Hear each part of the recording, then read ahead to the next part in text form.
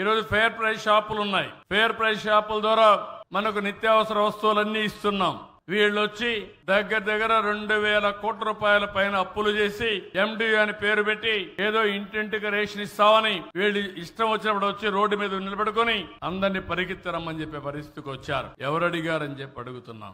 అవసరమైతే మీకు చేతనైతే దివ్యాంగులు ఉంటారు, వృద్ధులు ఉంటారు, వాళ్ళ ఇండ్లకు మనమే పోయి తీసుకుపోయి ఇద్దాం, డోర్ డెలివరీ ఇద్దాం. వాళ్ళ ఇంట్లో ఎప్పుడుంటారో కనుక్కొని అప్పుడే ఇద్దాం. అందుకే ఈ నెల 1 నుంచి నూతన విధానాన్ని ఏదైతే దుకాణాల ద్వారానే మీకు రేషన్ ఇప్పించే బాధ్యత నాదని మరొకసారి మీకు హామీ ఇస్తున్నా.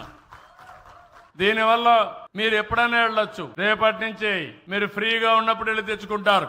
ఎవరైతే తెచ్చుకోలేని వాళ్ళు ఉంటారో వాళ్ళ ఇండ్లకు మాత్రం నేరుగా డోర్ డెలివరీ ఇప్పించే విధానాన్ని కూడా ఏర్పాటు చేశాం. దివ్యాంగులు ఉంటారు, మీ ఇంటికి వస్తుంది. వృద్ధులు ఉంటారు, మీ ఇంటికి వస్తుంది. అలాంటి ప్రోగ్రెసివ్ పాలసీలు కావాలి కానీ డబ్బులు కొట్టేసి డబ్బులు కొట్టేసే పనులు చేయకూడదు. దీంట్లో ఏం చేశారు తెలుసా? మీరు గుర్తుపెట్టుకోవాలి. పేరు డోర్ డెలివరీ వాహనాలు. ఈ వాహనాల్లో బియ్యం తీసుకుపోవడం, రోడ్డు మీదనే ఇచ్చినట్టు ఇచ్చి మళ్ళా బియ్యం తీసుకొని నేరుగా కాకినాడ పోర్టుకు వస్తుంది. ఎంత కరుడు గట్టిపోయారంటే ఈ దుర్మార్గులు వేల కోట్ల రూపాయలు ఖర్చు పెట్టే మాఫియా తయారైపోయారు.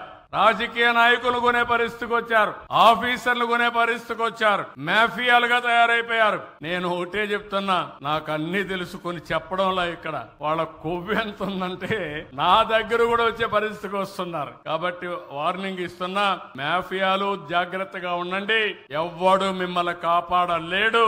మీ పని మీరు చేయండి. అవసరమైతే మా వాళ్ళకు రైస్ వద్దనుకుంటే నేను వాళ్ళకి కావాలి డబ్బులే కావాలని డీబీటీ కింద వేస్తా, మీ అకౌంట్లో వేస్తా. ఆ దుకాణంలో మీకు నచ్చిన నిత్యావసర వస్తువులు మీరు కొనుక్కోవచ్చు.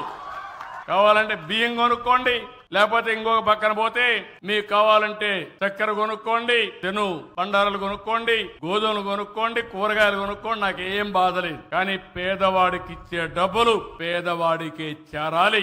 మధ్య దళారులు ఉంటే మాత్రం, దళారీలు మాఫియాలుగా తయారై డబ్బులు పెట్టి చేస్తే మాత్రం మీకు రాష్ట్రంలో చోటు లేదని మరొక్కసారి హెచ్చరిస్తున్నా. వేల కోట్ల రూపాయలు. ఆశ్చర్యం వేస్తుంది నాకు ఇవన్నీ చూసినప్పుడు. అంటే ఈ రాష్ట్రానికి ఒక నేర చరిత్రలో వచ్చేసి ఏం చేస్తున్నారంటే నేరాలు ఘోరాలు చేసి దానికి ముసుగు రాజకీయం, ఎంచో పైన రాజకీయం ముసుగేస్తున్నారు. అందుకే నేను చెప్పాను, ఆర్థిక నేరస్తులు చాలా ప్రమాదం. టెర్రరిస్టులు వీళ్ళు, ఆర్థిక ఉగ్రవాదులు వీళ్ళంతా.